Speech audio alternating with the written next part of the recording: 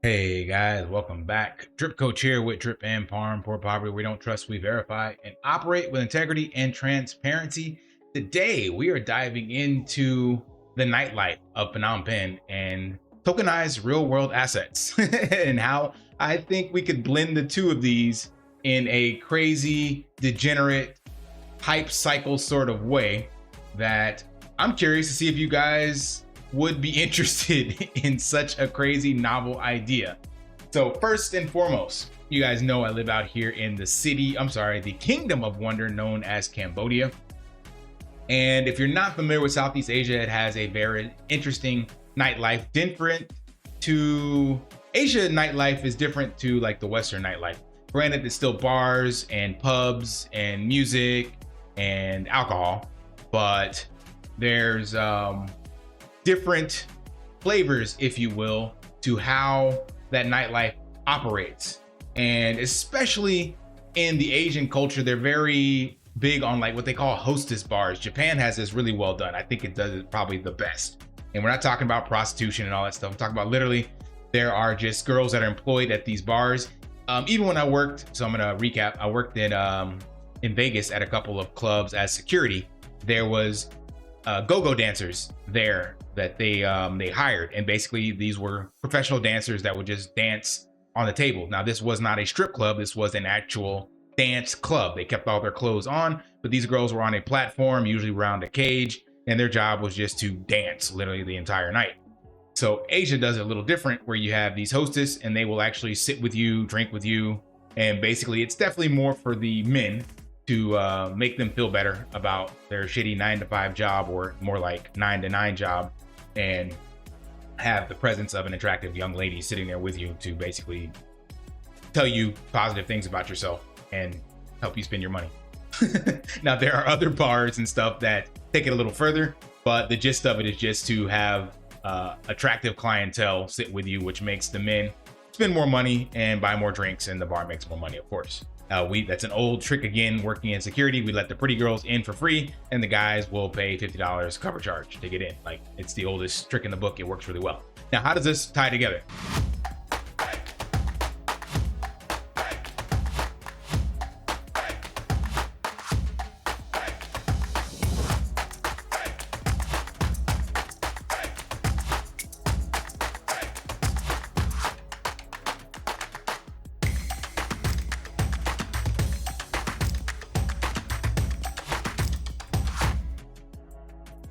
Real world assets, which is a big trending narrative right now. Real world assets is a tokenization of one of the largest market opportunities in blockchain history, with a potential market size in the hundreds of trillions of dollars. In theory, anything of value can be tokenized. Now, the most common we hear about is real estate, but it can be cash, commodities, it can be literal stock options, it can be anything. Now, where this comes into play here is I literally just thought about this because the guy that I was helping in regards to the fraud that he had, he actually is a Russian Italian that also sells real estate, basically. So he makes most of his money by selling real estate to expats in different areas, you know, nice condos, things of that nature. And I just spitballed this out to him. I was like, oh yeah, why don't we try tokenizing like your real estate? Then I thought about it. I was like, wait a minute, you know, in order for that to actually make money for the investors, someone has to be renting out that property. So if we were just to buy a condo, that does no good for the investor because someone needs to rent it. And there are lots and lots and lots of empty condos.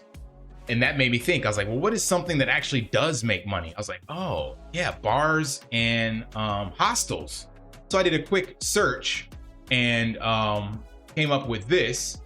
It says that Cambodia is something of an economic paradox. The country is one of the poorest members of the Association of ASEAN, which is all the Southeastern Asian nations, and besting only Laos and Myanmar with a GDP per capita of less than 1900, but has for 20 years been one of ASEAN's fastest growing economies. Cambodia is projected to post 5.8% growth in 2023. So this was earlier last year, better than all of ASEAN countries except for the Philippines and Vietnam.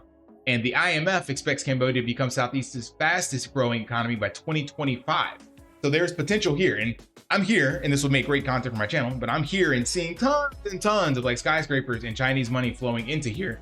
and it is definitely part of the new Silk Road, and it bridges the gap between Vietnam and Thailand, and it has a seaport. So there's a lot of opportunity here. I'm in Phnom Penh, and they just built a toll road between basically the city of Phnom Penh and Sihanoukville. Let me pull that up on a map. It'll make sense. So this is a map of where Sihanouk. It is a seaport. They get a lot of shipments into here. This is where a lot of stuff comes in from, coming from Vietnam or off the coast of China, all the way up here. It'll, depending on plane or whatever, but like Taiwan shipments, all sorts of stuff will come all the way down and around through here, and also up to Bangkok as well. So this is a new toll road that got built through here that cuts this trip down tremendously. I think you can get there in about 2 hours. It used to be about 4 because it was a shitty unpaved road. But anyway, there's a lot of opportunity down here. Like I don't live here, so I would not be able to monitor anything. But anyway, let's go back to this. So that made me think about bars and pubs because, again, Phnom Penh has a bustling nightlife. It is where the international airport is at. So there's a lot of foot traffic that comes through Phnom Penh, and it is a hub for attracting like backpackers and all sorts of stuff like that. And the nightlife, the bar scene is actually really, really nice. Bar and beers are cheap. The entertainment's great, all sorts of stuff, right? So I was like, what about bars? How much does a bar cost? So I decided to look through here and found this bar. Now I haven't actually gone and looked at this bar, but I do know where this area is, and it's selling for $20,000, 120 square meters. And I was like, wait a minute, man. Like, I wonder what that could actually turn into in regards to actual income. Now, I'm not saying I'm going to buy this, but I'm just spitballing this idea out because there are more than just this bar available. The idea would be, could we literally tokenize a bar and put out basically a crowdfund, NFT, whatever you want to call it. And then of course, myself and someone else would have to monitor this location. You still got to buy the alcohol. You got to get the license. Technically, it's not really an alcohol license. It's just paying the right people to get it into the city. And if it's buying local, then it's cheap. There are actual, what do you call these, breweries here. So there's definitely easy ways around a lot of this, and it just requires paying some money. But a lot of these bars, if I'm not mistaken, generate, like it says here, close to 100K a year. Now, not all of that would go straight to like NFT or tokenized asset holders. Of course, again, you got to pay for the taxes, you got to pay for the actual electricity, the water, the alcohol. But if you are familiar with anything regarding alcohol, that has an insane profit margin. Like you buy a bottle of beer, or I'm sorry, like your favorite spirit for $50, and you get about 30 shots out of that thing at $5 a piece. So you just made a 500% margin on that. Not to mention that you're mixing it with some other stuff. So who knows, you know, and depending on if you're buying it bulk, you get even cheaper. And that's just drinks. Doesn't count any of the other entertainment or stuff like that. So what I'm doing here is spitballing the idea, because in order for something like this to happen, would need to raise a decent amount of capital. And there is a huge risk involved with this. The main risk of I've never run a bar and nor has the person I'd be looking for. So we would have to figure out that and kind of get the bumps and bruises along the way. But the gist is, would you guys be interested in some sort of tokenized RWA in Phnom Penh? Now, big disclaimer, that does fly directly in the face of the don't trust verify, because I'm sure all of you watching my content will not be flying out to Phnom Penh to come see your local bar, come see this local bar and see how things are working. And you would be relying on me to make content and put all this information out there. But that is the risk you have to take with some of this stuff. Like, again, not understanding how contracts work and just trusting that when you do the transaction on the contract, it's going to do what it said it's going to do, or that the audit companies, some of which have failed us in the past, have audited properly and you're not going to get screwed.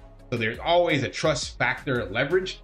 And granted, this would be kind of an opaque black box. Like I'd be able to show, you know, screenshots of like the account and stuff like that. And of course, show you the bar and all that stuff, which will be, again, some cool content. But there is a huge learning curve of managing a bar. I have managed my own businesses out here, and I do believe I have the acumen to do so. And I would definitely be able to find the right points of contact. There are plenty of successful expat owners in the food and beverage industry that I could leverage. So I don't believe it would actually be that much of a learning curve. But yeah, I cannot tell you right now what the dividends would be or how that would work out. Right now, I'm just spitballing and seeing if this would be of some interest. And then it would be a matter of looking around at options out there for bars and stuff like that. Then I have to figure out how to ensure that the account I link this with doesn't get flagged by the banks here, because technically the actual banks here do not allow crypto. So crypto is technically still illegal in Cambodia, although many people get around it and use it. It's kind of one of those, if you know the right person, they don't flag your account kind of thing. So there's still a learning curve with that, but it could be leveraged. So let me know what you guys think, if you would be interested in something like this, and then I can do more deep dive into this. Like I told you guys, the content on my channel I want to focus on is things that add value. Typically, I told about Bitcoin, layer 2s, and any early investment opportunities that are not Ponzi scams or schemes. And this to me is something that, you know, is one of the oldest businesses around, bars and pubs, things of that nature. So I don't see it going anywhere short of another black swan event like COVID, where people can't go to bars. But I think the powers that be have played that hand already, so we won't see the exact same thing again. But I think there are a lot more of these establishments available out here. And some of these asking prices, I was actually surprised. 28,000, 15,000, 15,000. Like, that would be very interesting. And there's some very nice locations out here as well. So let me know what you guys think, and if it'd be something you'd be interested in looking into, because I do find it intriguing, at least. All right, smash that HBO special, help brother out, like, subscribe, comment down below, and until next time, lift daily and achieve your impossible. See ya. Want to pay your in real life bills with crypto? How about send crypto directly to anyone with a bank account? SPRITZ Finance is a decentralized solution to be your own bank and connect your crypto earnings to real world bills and payments. They do not take custody of your assets and allow support on multiple blockchains and Web3 wallets. Sign up below using my referral link and you will get $50 back when you make your first $50 bill payment with crypto.